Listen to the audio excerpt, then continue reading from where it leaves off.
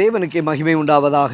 எனக்கு அன்பான கர்த்தருடைய ஜனமே, கர்த்தருடைய பிள்ளைகளே, கர்த்தருடைய வார்த்தையை கேட்பதற்காக ஆயத்தத்தோடு இருக்கிற உங்களோடு கூட கர்த்தர் பேசுவாராக. இந்த நாளிலும் அப்போஸ்தலர் நடபடிகளில் 28ஆம் அதிகாரம் 5வது வசனத்தில் வாசிக்கிறோம். அவன் அந்த பூச்சியை தீயிலே உதறி போட்டு ஒரு தீங்கும் அடையாதிருந்தான். எனக்கு அன்பான கர்த்தருடைய பிள்ளையே, இந்த இடத்துல நாம் பவுலுடைய வாழ்க்கை குறித்து நாம் பார்க்கிறோம். அவன் ஒரு கப்பற் பயணத்திற்கு பின்பாக ஒரு தீவிலே கடந்து வந்து அடைகிறான். அங்கே வருகிற இடத்துல தீயை மூட்டுகிற நேரத்தில் விறகை பொறுக்கும் பொழுது ஒரு விஷப்பூச்சி அவன் கையை கடிக்கிறது. இங்கே சொல்லப்படுகிறது, அவன் அதை உதறி போட்டு ஒரு தீங்கும் அடையாதிருந்தான். ஆமாங்க, கடிச்சது என்னதோ ஒரு விஷப்பூச்சி.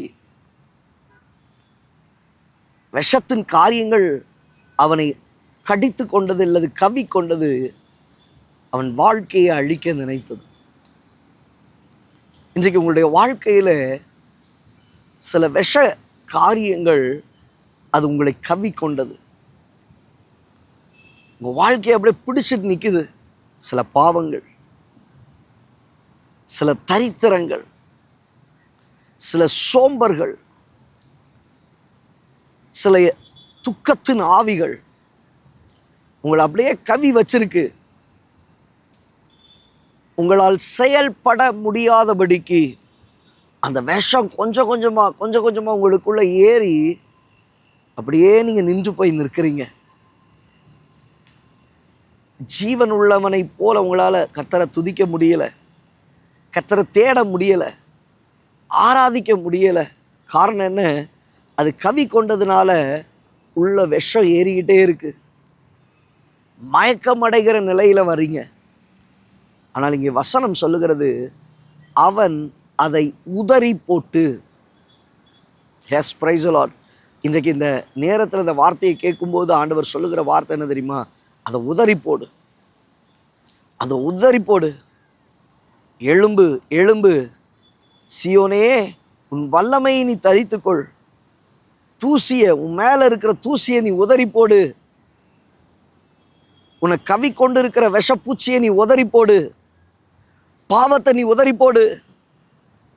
அசுத்தத்தை நீ உதறி போடு. சோம்பலை நீ உதறி போடு. உன்னை பிடித்திருக்கிற துக்கத்தின் ஆவியை நீ உதறி போடு.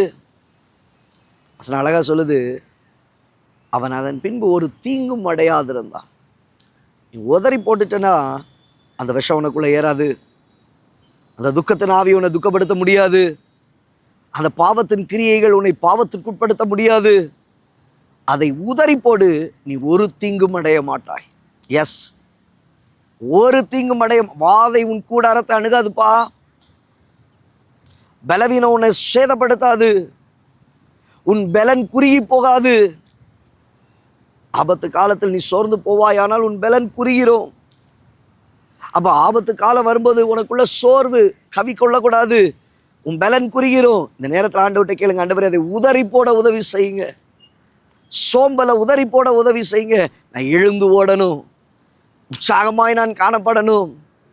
நீங்கள் ஆண்டவர்கிட்ட கேளுங்க, ஆண்டவரே என்னென்ன காரியங்கள் என் கையை கவி கொண்டு இருக்கிறதோ, என்னென்ன விஷப்பூச்சிகள் என்னை பிடித்து கொண்டு இருக்கிறதோ, அதை உதறி போட்டு ஒரு தீங்கும் அடையாதிருக்கும்படி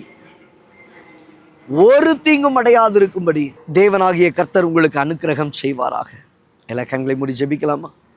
நல்ல தகப்பனே, இந்த வார்த்தைகளை கேட்ட உடைய பிள்ளைகளுடைய வாழ்க்கையில் கவி கொண்டிருக்கிறதான விஷப்பூச்சிகள், அவைகளை உடைத்தெறிய, முறித்து விட, உதறி தூக்கி போட உடைய பிள்ளைகளுக்கு கிருபை பாராட்டும். உடைய வாழ்க்கையை கர்த்தர் நீர் கட்டி எழுப்புவீராக. வாழ்க்கையில் கர்த்தர் கிரியை செய்வீராக. ஒரு தீங்கும் அடையாதபடிக்கு அவர்களை தேவனீர் காத்து நடத்த ஜெபிக்கிறேன் இயேசுவின் நாமத்தில் பிதாவே. எனக்கு அன்பான தேவ பிள்ளையே, எங்கள் ஆண்டவர் உங்களை பார்த்து சொல்லுகிறார், உதறி போடு. உதற வேண்டிய காரியங்களை நீ உதறிடு. எதெல்லாம் உன் கையை கவிக்கிட்டு இருக்கு, எதெல்லாம் உன் கையை கவி பிடிச்சிக்கிட்டு இருக்கு, அதை உதறி போடு. ஒரு தீங்கையும் நீ அடைவதில்லை, ஒரு தீங்கையும் நீ அடைவதில்லை. God bless you. God bless you.